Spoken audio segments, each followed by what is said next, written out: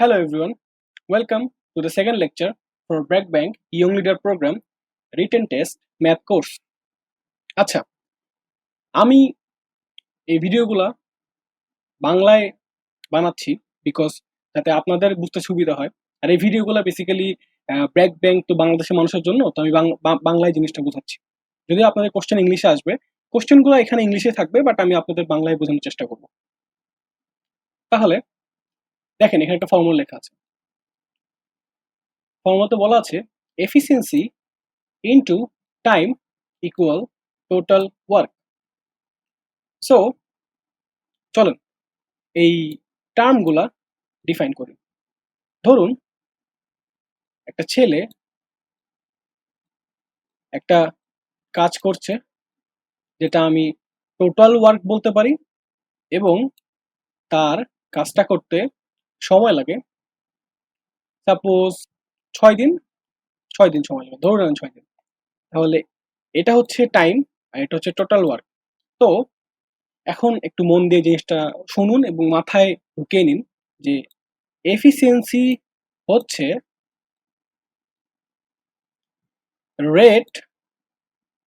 Rate of total work, যার মানে হচ্ছে আপনার কাজ, আপনি কাজ করার ক্ষমতা যেটা বলা হয়। তার মানে হচ্ছে 6 দিনে আপনি পুরো কাজটা করছেন, তাহলে আপনি একদিনে কতটুকু কাজ করছেন, সেটাই হচ্ছে আপনার এফিসিয়েন্সি। তাহলে আমরা সেই আগেকার ঐকিক নিয়মে বলতে পারি যে হলো 6 দিন লাগে পুরো কাজ করতে, তাহলে একদিন লাগে কতটুকু কাজ করতে, W/6 কাজ করতে। তো এটাই একদিনের কাজ এই ছেলেটার, তার মানে এটাই হচ্ছে এই ছেলেটার এফিসিয়েন্সি। সো আমরা বলতে পারি যে এফিসিয়েন্সি ইকুয়াল, এটা হচ্ছে আমাদের কাজ টোটাল ওয়ার্ক, ডাব্লিউ বাই এটা আমাদের সময় বা টাইম, W/T। সো দেখুন, এখন আমরা যদি টি এবং ই কে ক্রস মাল্টিপ্লাই করি, তাহলে আমরা এই ফর্মুলাটা পেয়ে যাই, যেটা হলো efficiency into time equal total work. তো এটা হলো বেসিক্যালি একটা বেসিক কনসেপ্ট জিনিসটা ডিফাইন করার। আর তাহলে আমরা চলুন, আমি এখানে অনেকগুলো কনসেপ্ট আছে, সবগুলো কনসেপ্টই আসলে এটার উপর বেস করে এই জিনিসটাকে জাস্ট ডিফাইন করতে হবে আমাদেরকে সবগুলো প্রবলেমের ক্ষেত্রে। বাট এটা একটু বুঝতে হবে, তাহলে আমরা সবগুলো প্রবলেমই সলভ করতে হবে। সো আমি একবারে সবগুলা কনসেপ্ট আপনাকে বলবো না, কারণ তাহলে মাথায় প্যাচ লেগে যাবে হয়তো। তো আমি একটা একটা একটা করে কনসেপ্ট শেষ করলে আই গেস সুবিধা হবে। তো ধরুন, এটা তো একটা ছেলের আমার এফিসিয়েন্সি টাইম আমি ডিফাইন করলাম। এখন ধরুন আরেকটা ছেলে আছে, সে এই সেম কাজটা করতে 8 দিন সময় নেয়। তাহলে এই ছেলেটার এফিসিয়েন্সি কত হবে? ওই যে আমরা বলেছিলাম total work divide by time, যেটা হলো 8। তাহলে W/8 হচ্ছে এই ছেলেটার এফিসিয়েন্সি, অ্যান্ড W/6 হচ্ছে এই ছেলেটার এফিসিয়েন্সি। তাহলে এই দুজন ছেলে যদি একসাথে কাজ শুরু করে, তাহলে কতদিন লাগবে? এখন সেম আপনি চিন্তা করেন, দুইটা ছেলে কাজ করছে, তাহলে সেই কাজটা করতে কতদিন সময় লাগবে? তাহলে আমাদের কি বের করতে হবে, এই দুটা ছেলে একদিনে কতটুকু কাজ করে। আর সেইটা হলো, এই দুটা ছেলে যদি একটা একটা মানুষ হয়ে কাজ করতো, তাহলে এই সেই একটা মানুষের এফিসিয়েন্সিটাই হচ্ছে আমাদের এই টোটাল কাজে লাগবে। তাহলে এই দুটা ছেলে একদিনে কি পরিমাণ কাজ করে, সেটা আমরা কিভাবে বের করতে পারি?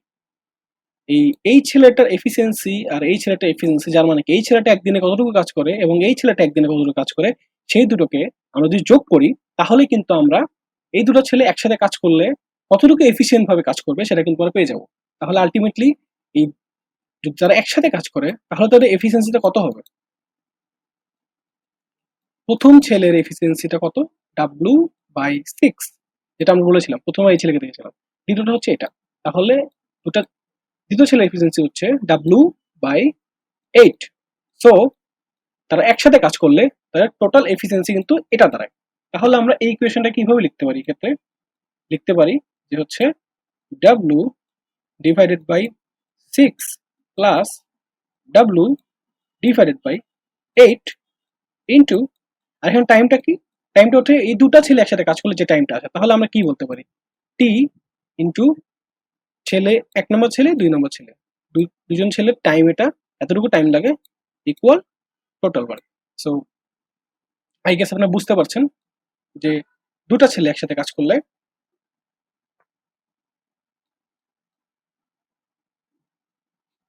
যে কিভাবে হচ্ছে আমরা সময়টা বের করতে পারি। তাহলে চলুন আপাতত এই কনসেপ্টটা আমরা বুঝেছি, তো এটা কনসেপ্ট 1 ধরে নিন। তারপরে আমরা বাকি কনসেপ্টটা বুঝবো, তো একসাথে না বুঝি, চলুন একটা অঙ্ক করা যাক। তাহলে এই যে একটা অঙ্ক আছে, এখানে কি লেখা আছে? টিনা একটি কাজ 5 দিনে করতে পারে। Tina can do work in 5 days. Liza can do the same work, মানে লিজা সেই কাজটি 10 দিনে করতে পারে। তাহলে how many days will be needed if they both work together? এর মানে লিজা এবং টিনা যদি একসাথে কাজটা শুরু করে তাহলে তাদের কতটুকু সময় লাগবে? তো আমরা লিখি, টিনা কাজ করে 5 দিনে আর লিজা কাজ করে 10 দিনে।